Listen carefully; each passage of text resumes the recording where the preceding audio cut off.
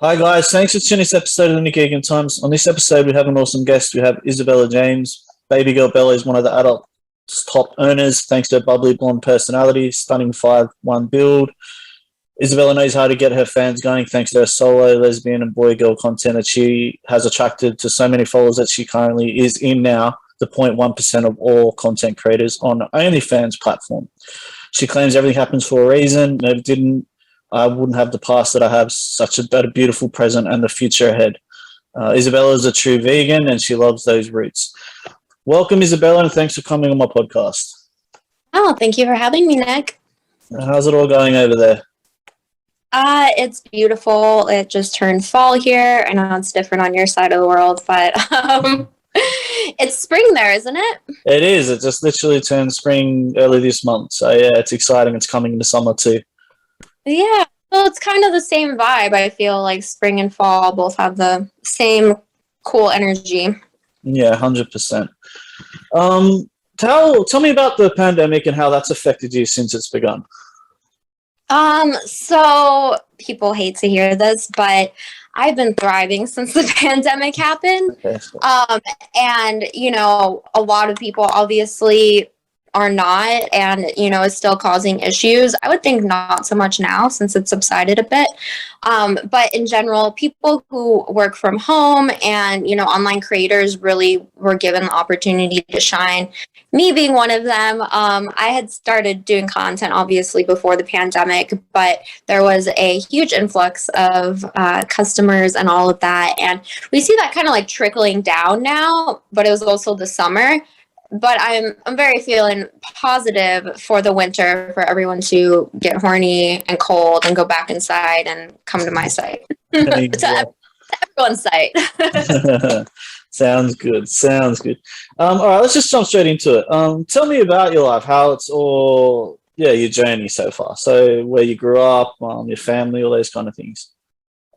So I was born in Wisconsin, which is a Midwest state in the United States. Just, very, very basic.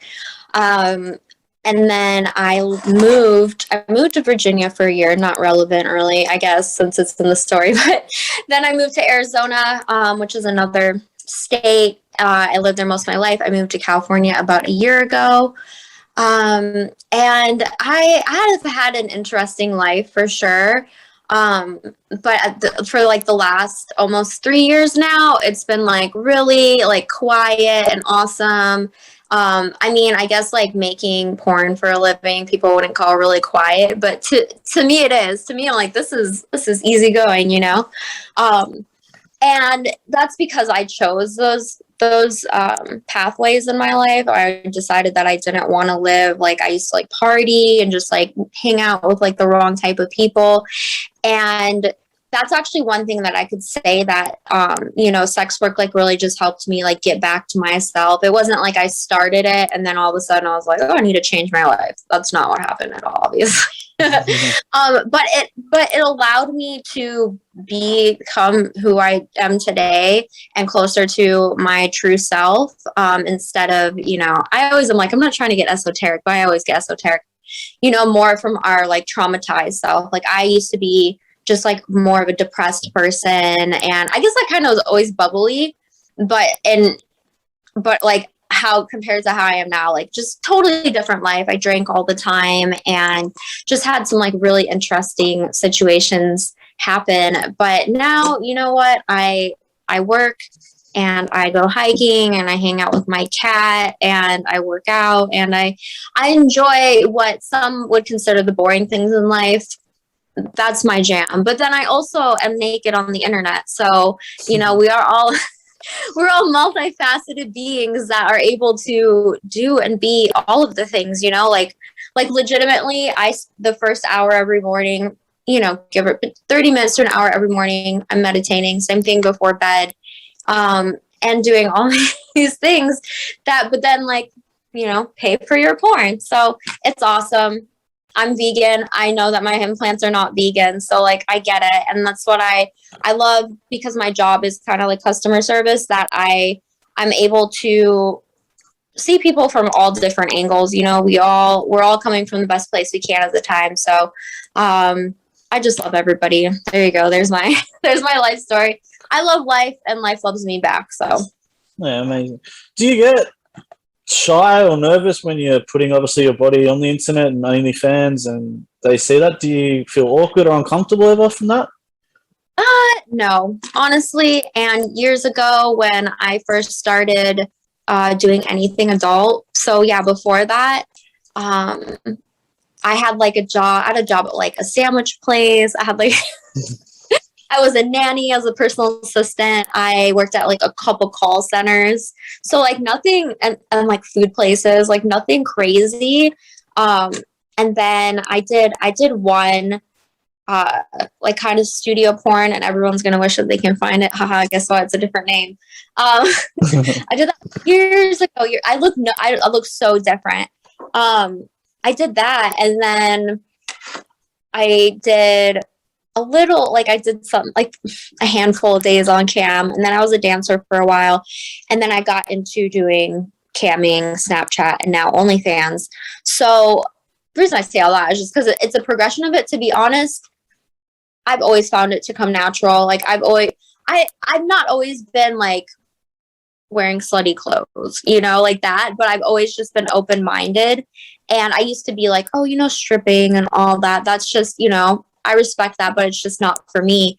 But what honestly had happened when I was younger is I met a guy that I started dating who was doing like gay porn or he had done it. So it's like kind of the thing, like if you meet a friend who smokes weed, you're like, oh, maybe I could smoke weed too. You know, it's the same concept.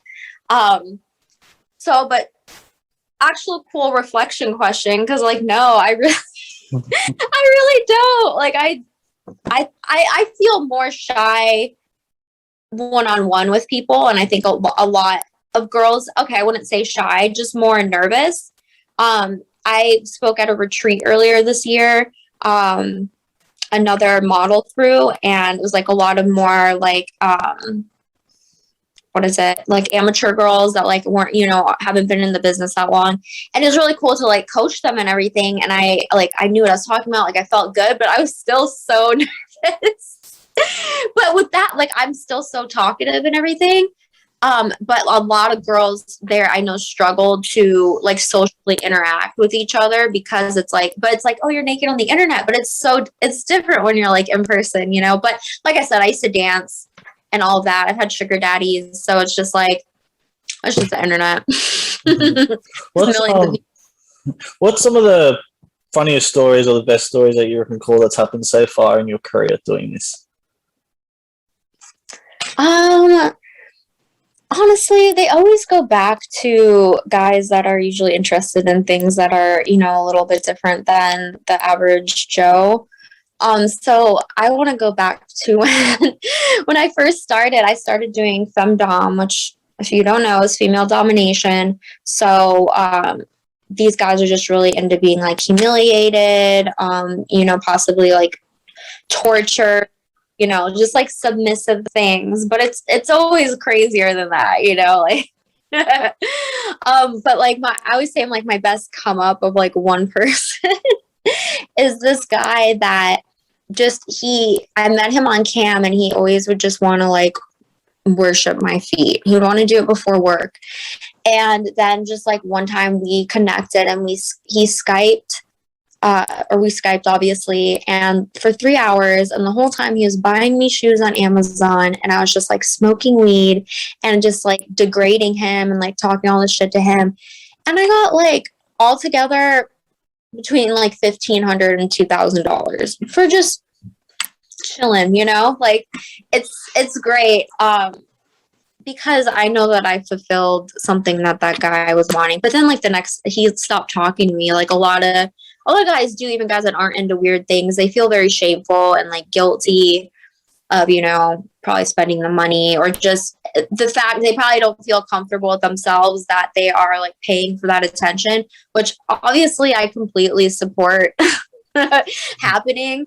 But also on the flip side of things, I just feel like men shouldn't feel embarrassed for knowing what they want, because a lot of the men that have sugar babies, that get prostitutes, that you know, possibly would be on OnlyFans as well, are men that are just super busy and just don't have time to go and get that like organic interaction. So it's like, fuck it, like just pay for what you want.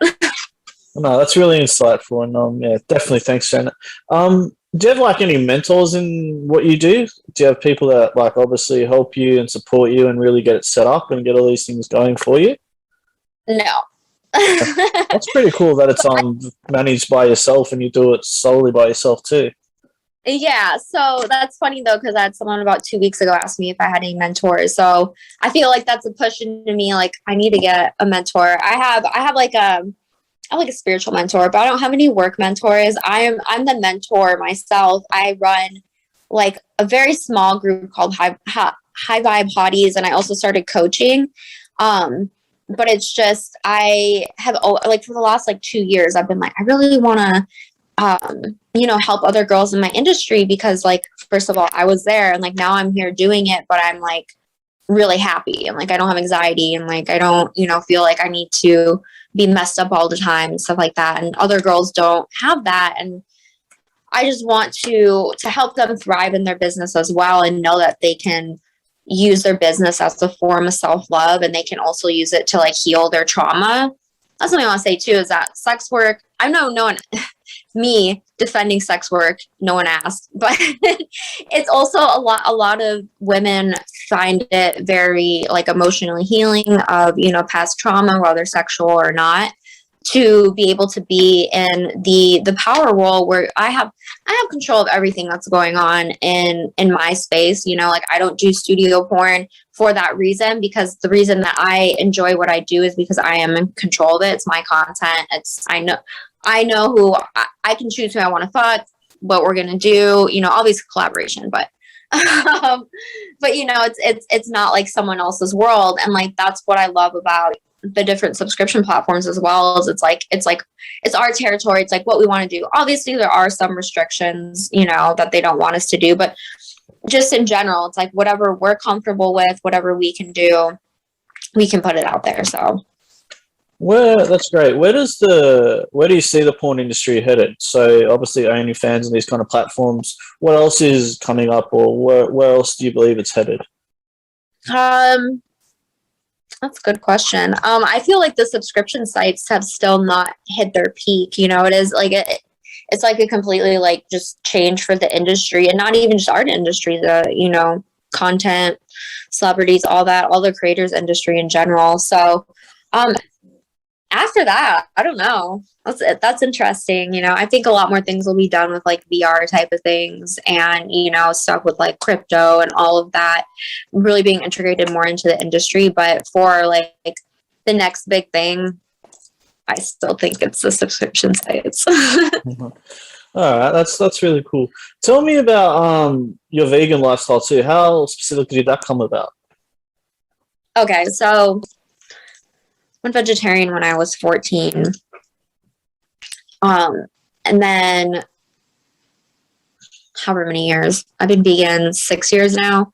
I've been raw vegan 2 years. And honestly, I don't like the idea of any of it. Like I'm totally one of those people that I'm like, do whatever you want to do, but personally, like the idea of eating meat and now dairy, especially, is just not, it grosses me out.